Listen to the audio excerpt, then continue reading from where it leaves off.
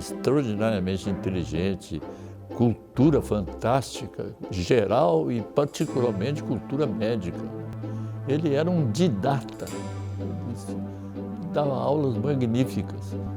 E qualquer pessoa ouvindo entenderia o que ele está falando. Ele sempre estimulou todos os docentes do departamento, sempre estimulou, sempre apoiou, né? Foi um gigante, foi um organizador exemplar. Então ele desenvolvia muito entusiasmo entre as pessoas que conviviam perto dele, porque ele era realmente uma pessoa extraordinária. Fazia cobrança dos seus assistentes, como que ia, como não ia, e era um trabalhador incansável. Foi muito meu amigo, meu professor, inclusive eu me orgulho muito dele ter me escolhido para operá-lo. Eu operei o chefe de hérnia e não recidivou. Paulistano, nascido em 10 de maio de 1917, na rua Santa Isabel, perto do Largo do Aroche, Rui Escorel Ferreira Santos estudou no Colégio São Bento, tendo se graduado médico em 1940 pela Faculdade de Medicina da Universidade de São Paulo. Em 1952 é fundada a Faculdade de Medicina de Ribeirão Preto pelo professor Zeferino Vaz, que convida o professor Rui Escorel Ferreira Santos para fundar o Departamento de Cirurgia. Que o professor Ferreira Santos já era livre-docente e um assistente de primeira grandeza do professor Edmundo Vasconcelos, que, junto com o professor Alípio Correia Neto e o professor Benedito Montenegro, eram as expressões maiores da cirurgia em São Paulo naquela época. Ele vem para Ribeirão Preto com sua família e aqui, junto com professores escolhidos por ele, inicia as atividades do novo Departamento de Cirurgia em fevereiro de 1954. O prédio onde hoje funciona a unidade de emergência e que tinha sido da Fundação Sinhá Junqueira, já havia sido cedido em comodato para a Faculdade de Medicina e já estava em processo de reformas, né, para adaptação a um hospital geral e maternidade. Mas ainda não, essa reforma e adaptação não estavam completos. E o que nós dispunhamos lá era uma sala de reuniões e havia um laboratório incipiente de cirurgia experimental. As aulas eram ainda ministradas na Santa Casa, né? E isso foi até 1957, quando a reforma e a adaptação se concluíram e nós começamos então a internar e operar pacientes nesse novo hospital. Naquele tempo, o Rui inaugurou o que a gente chamava na época de conferências clínico-patológicas, que era a análise, o confronto entre os dados clínicos, os dados cirúrgicos e da patologia também, no caso de morte ou de exame das peças, né? E isso, eu acredito que essas conferências foram muito boas para o aprendizado.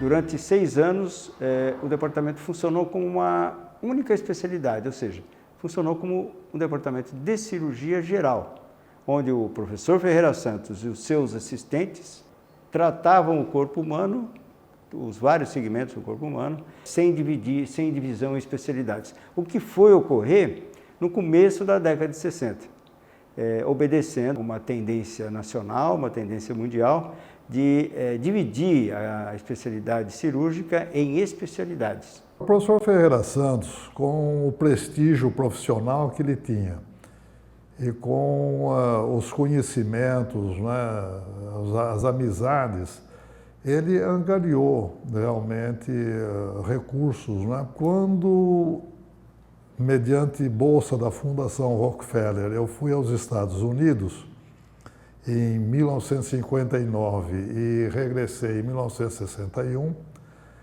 ele mandou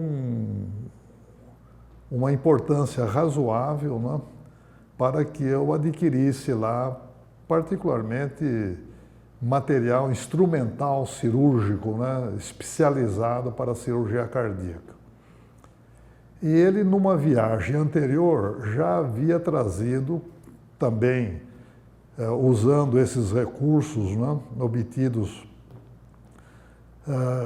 de amigos pessoais, né, o primeiro desfibrilador de corrente contínua, né, usado em Ribeirão Preto e no nosso hospital. Ao corpo clínico inicial, constituído pelo professor Ferreira Santos, vão se juntando novos docentes. Isso permite que o departamento de cirurgia, uma referência já nacional, se transforme paulatinamente numa referência nacional e também internacional do ponto de vista acadêmico, com uma produção científica de relevância. Em virtude dos moldes em que ela foi criada, os objetivos institucionais estabelecidos pelo professor Zefirino Vaz, pela vocação, dedicação aos seus docentes, ela passou a ser a faculdade da USP, a unidade da USP, com maior produção científica por docente. Que é uma das únicas unidades da Universidade de São Paulo que tem o número de alunos de pós-graduação maior do que o número de alunos de graduação. Então, dificilmente você vai ter um estado da federação que você não tenha um doutor formado aqui no departamento e principalmente que seja líder de um grupo de pesquisa, chefe de departamento ou diretor de alguma faculdade e mesmo reitor de universidade. O departamento, a pós-graduação desse departamento e do nosso programa foi responsável pela nucleação de vários centros de pesquisa em cirurgia em todo o país. O professor Ferreira Santos, ele se preocupou desde o início, na formação do departamento, com a instalação de um setor de cirurgia experimental para servir de base à formação dos cirurgiões que para cá vieram e a nova geração de cirurgiões formados aqui na faculdade. A cirurgia experimental, ela possibilitou então uma formação técnica, uma formação científica a essa geração ou a gerações de cirurgiões e também permitiu que a cirurgia experimental dessa faculdade se hipertrofiasse a tal ponto de hoje ser uma das, sem dúvida nenhuma, uma das cirurgias experimentais mais bem estruturadas do nosso país. O professor Ferreira Santos ele foi sábio na criação do departamento de cirurgia, já instalando no início o Laboratório de Técnica Cirúrgica e Cirurgia Experimental. Já em 1955, com o apoio do professor Covian, do Departamento de Fisiologia, o laboratório foi implantado. Hoje está incorporado na cultura da faculdade, do Hospital das Clínicas, tem um laboratório, né? Ele atende a todos os departamentos que tem a prática cirúrgica, né? Como atividade assistencial e de ensino, e mais importante, até outras unidades do campus da USP, né? O professor Ferreira Santos sempre valorizou muito a relação médico-paciente. Relação essa deve ser humanista. O médico deve valorizar mais o doente do que a doença, certo? Não deve ver o doente como um órgão, né, pelo qual se manifesta a doença, mas sim como um todo. É um exemplo dignificante a ser seguido. Humanização ou a desumanização da cirurgia, né? Da prática médica, que foi o último discurso bem feroz que ele fez na última homenagem, que foi no Colégio de Cirurgiões lá no Rio de Janeiro.